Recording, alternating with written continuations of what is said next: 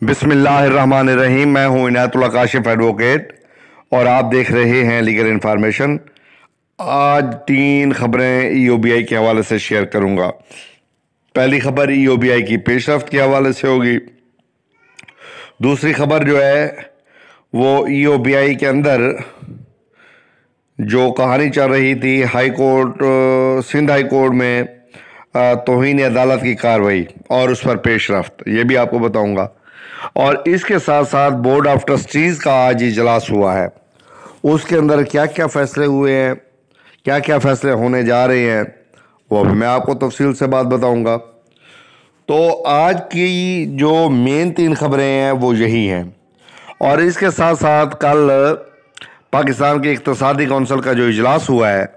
اس میں ای O B آئی کے حوالے سے ایک بہت بڑا سٹیپ لیا گیا ہے، فیصلہ لیا گیا ہے، وہ بھی میں آپ کو آگے چل کے بتاتا ہوں کہ وہ فیصلہ کیا تھا۔ اس سے پہلے کہ میں اپنے موضوع کی جانب بڑھوں، آپ سے استدعا ہے کہ چینل کو سبسکرائب کر لیجئے، بیل آئیکن کو پریس کر لیجئے، ویڈیو کو شیئر کر دیجئے۔ تو بڑھتے ہیں آج کے موضوع کی جانب۔ ای او بی آئی میں متعدد سینئر افسران گزشتہ 17 برسوں سے اپنی جائز سینیارٹی اور ترقیوں سے محروم ہیں۔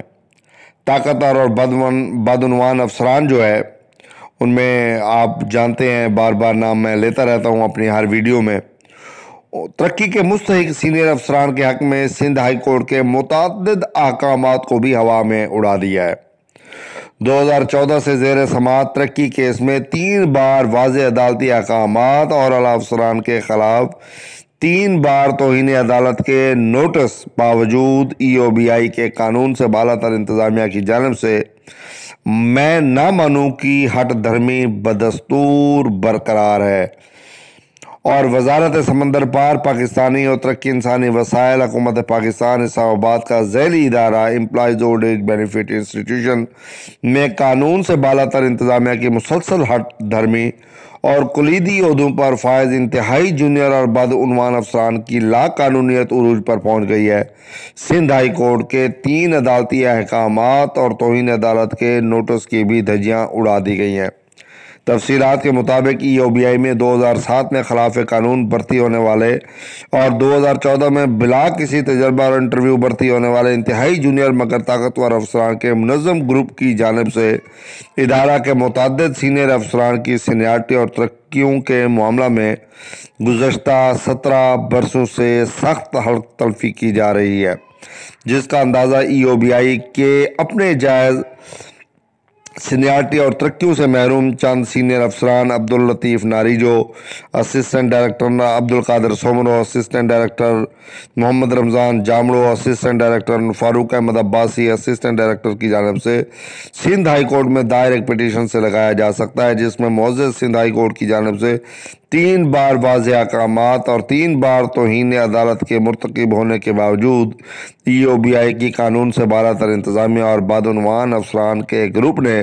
محض اپنے ذاتی انا اور ذاتی مفادات کی خاطر ان عدالتی فیصلوں کو ہوا میں اڑا دیا تھا۔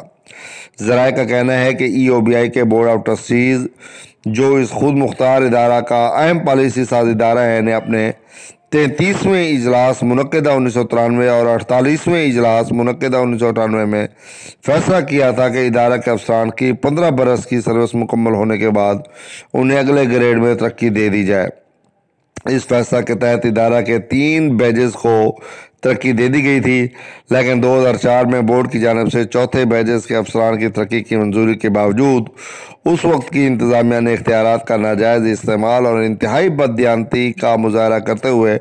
ترقی کے مستحقین افسران کی ترقیوں کا نوٹیفیکیشن جاری نہیں کیا تھا، بلکہ ستم بالائے ستم یہ کہ 2005 میں آنے والی ادارہ کی انتظامیہ نے تو اختیارات سے تجاوز کرتے ہوئے اسے شولڈر پروموشن کہتے ہوئے بورڈ کے فیصلہ کو سرے سے ہی ماننے سے صاف صاف انکار کر دیا تھا۔ انتظامیہ کی اس منفی پالیسی کے باعث ای او بی آئی کے 58 سینئر افسران اپنی سینیارٹی اور ترقیوں سے محروم ہو گئے تھے، جن میں سے 5 افسران نے حصول انصاف کے لیے سندھ ہائی کورٹ اور 4 نے لاہور ہائی کورٹ سے رجوع کر رکھا ہے۔ سندھ ہائی کورٹ میں ترقیوں میں حصول انصاف کے لیے درخواست گزار لطیف ناریجو